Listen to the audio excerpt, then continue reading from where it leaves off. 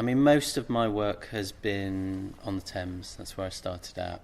I've worked a little bit in Littlehampton, and obviously I've lived on this, in Brighton. And so I've absorbed bits of information, and actually you see it in the architecture, even in Worthing. You get to realise that a lot of our main ports on the south coast are now quite hard up. They're not particularly economically healthy areas, but they would have been primary ports certainly around the turn of the 19th, 20th century. And it fascinates me, the diversity of people that you would have had coming in and out of those places with trade.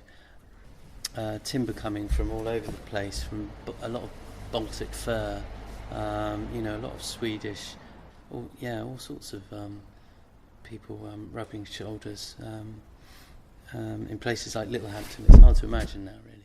But the thing that's very interesting also is before those places were primary ports, the roads weren't so good. You wanted to get your produce as far upriver as you could. So places like Arundel and Lewes would be the primary ports. That's even harder to imagine in this day and age. You look at old photos and you find images of square-sailed ships, making their way several miles inland up what we think of now as fairly narrow rivers. Thames barges, even certainly between the wars, you would have Thames barges trading all the way around from London, along the south coast, up to Lewes, and into the Solent. It is fascinating history. And Brighton would have been the primary port for fishing, middle and late 1800s, and supplying London.